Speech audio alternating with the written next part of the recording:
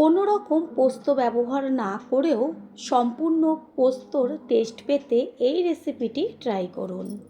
নমস্কার বন্ধুরা, শ্বশুর বৌমা রান্নাঘর অ্যান্ড ব্লগ চ্যানেলে সকলকে স্বাগত। আজ শেয়ার করব ইলিশ মাছের রেসিপি। অনেক রকমভাবেই তো ইলিশ মাছ তৈরি করেছেন, বিশেষ করে পোস্ত দিয়ে। পোস্ত ব্যবহার না করেও কি করে পোস্তর স্বাদ পাওয়া যাবে সেটাই আজ শেয়ার করব। তাহলে কি করে তৈরি করব সেটাই দেখে নেওয়া যাক। প্রথমেই এইখানে নিয়েছি সকলেরই প্রিয় ইলিশ মাছ। ইলিশ মাছটা কেটে নেওয়া হয়েছে, এখনো ধোয়া হয়নি। এবার ভালো করে জল দিয়ে ধুয়ে নিয়ে ফিরে আসছি।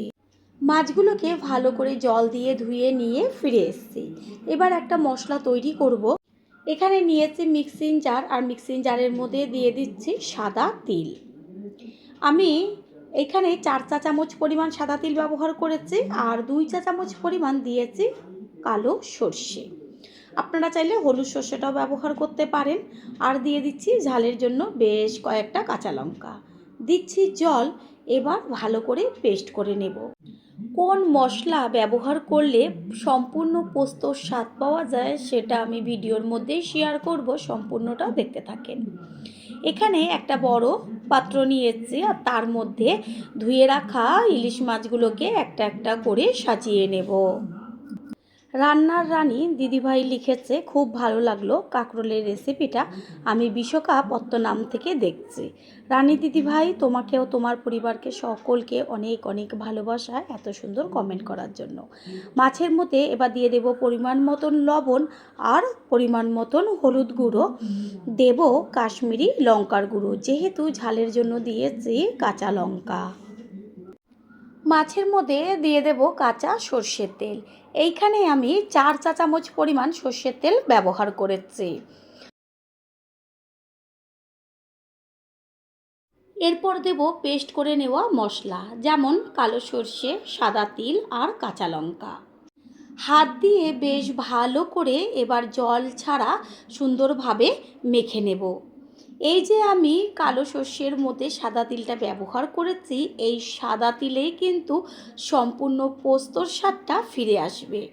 পোস্ত ব্যবহার না করেও আপনারা ঠিক এইভাবে রেসিপি একদিন তৈরি করে খেয়ে তারপর এসে কমেন্ট করে জানিয়ে যাবেন যে পোস্তর স্বাদ পেয়েছিলেন কি না। এবার দিয়ে দেব টক দই। এইখানে আমি 100 গ্রাম টক দই ব্যবহার করেছি। মাছের পরিমাণ অনুযায়ী টক দইটা কম বেশি ব্যবহার করতে হবে। ভালোভাবে এবার সমস্ত মশলার সাথে টক দইটাকে মিশিয়ে নেব। এইভাবে মাছের সাথে মশলাটা মেখে যদি 30 মিনিট মতন বা তার একটু বেশিও রেখে দিতে পারেন, তাহলে দেখবেন যে কতটা মাছ রান্নার পরে টেস্টি হয়। আমি 30 মিনিটের জন্য এটা রেস্টে রেখে দেব, আর হাতে সময় না থাকলে তার কম অন্তত 15 মিনিট যেন রেস্টে থাকে। গ্যাসের ওভেনে কড়াই বসিয়ে তাতে দিয়ে দিয়েছি সর্ষের তেল। তেলের মধ্যে এবার দিয়ে দিচ্ছি ছোটো চামচের 1 চা চামচ পরিমাণ কালো জিরে। এটা তো 30 মিনিট রেস্টে ছিল। এবার আস্তে করে গ্যাসের ফ্লেম লোতে রেখে একটা একটা করে মাছ গরম তেলের মধ্যে দিয়ে দেব। তেলের পরিমাণটা অবশ্যই বুঝে ব্যবহার করবেন, কারণ প্রথমে মাছের মধ্যে তেল দিয়ে মাখা হয়েছে। এবার কড়াইতে দেওয়া হলো, আবারও আমি পরে তেলটা ব্যবহার করব, সেটা কিভাবে ব্যবহার করব তার জন্য তো লাস্ট পর্যন্ত দেখতে হবে। এখানে আমি প্রায় 5 চামচ মতন তেল কড়াইতে দিয়েছি। এবার একটা একটা করে মাছ গরম তেলের মধ্যে মশলা সমেত সুন্দরভাবে ছেড়ে দেব। যেহেতু আমার মাছের পরিমাণটাও বেশি আর মাছগুলো বেশ বড় বড়, সেই কারণে তেলটা আমি কড়াইতে একটু বেশি দিয়েছি। এইভাবে মাছ দেওয়ার পরে গ্যাসের ফ্লেম লোতে রেখে 3-4 মিনিট মতন ভেজে নেব। পুরনো বন্ধুদের সবসময় আমাদের পাশে এইভাবে ভালোবেসে থেকে এগিয়ে নিয়ে যাবার জন্য অনেক অনেক ভালোবাসা। যেই পাত্র করে মাছটা মেখেছিলাম সেই পাত্রেই আমি জল দিয়ে দেব ওই পাত্রটা ধুয়ে। আর যে নিচে দেখবেন যে কালো সর্ষের খোসাগুলো, সেগুলো কিন্তু নিচে পড়ে যাবে। কোনো রকম যে সর্ষের খোসা এই মাছের মধ্যে যাবে না। ভালোভাবে গ্যাসের ফ্লেম হাই করে যে জলটা দেওয়া হয়েছে ফুটিয়ে নেব। দিয়ে দেব 2টো গোটা কাঁচা লঙ্কা। যেসব বন্ধুদের চ্যানেল না থাকা সত্ত্বেও আমাদের এত সুন্দর সুন্দর কমেন্ট করে ভালোবাসা জানাচ্ছে ও সাথে আছে, তাদেরকে অসংখ্য অসংখ্য ধন্যবাদ ও ভালোবাসা। তার মধ্যে একজন হচ্ছে পুষ্পিতা দাস, লিখেছে আমি পাঞ্জাব থেকে দেখছি।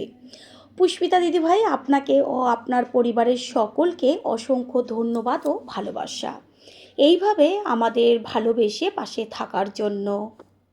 কড়াইতে একটা ঢাকনা চাপা দিয়ে রেখেছিলাম, ঢাকনাটা সরিয়ে দিয়ে গ্যাসের ফ্লেম হাই করে খুন্তি দিয়ে বেশ একটু নেড়েচেড়ে দেব। এটা একদম পাতলা ঝোলও রাখতে পারেন, আবার বেশ গামাখাও রাখতে পারেন। যেইভাবেই রাখবেন না কেন দেখবেন ঝোলের স্বাদ কখনোই ভুলতে পারবেন না। মাছগুলোকে একটা একটা করে উল্টে দেব, কারণ নিচের পিঠটা তো বেশ হয়ে গেছে, আর ইলিশ মাছ রান্না হতে বেশি সময় একদমই লাগে না। ঝোল একটু চেক করে নিয়েছি, লবণের প্রয়োজন, সেই কারণে 1 চা চামচ পরিমাণ লবণ দিয়ে দিলাম।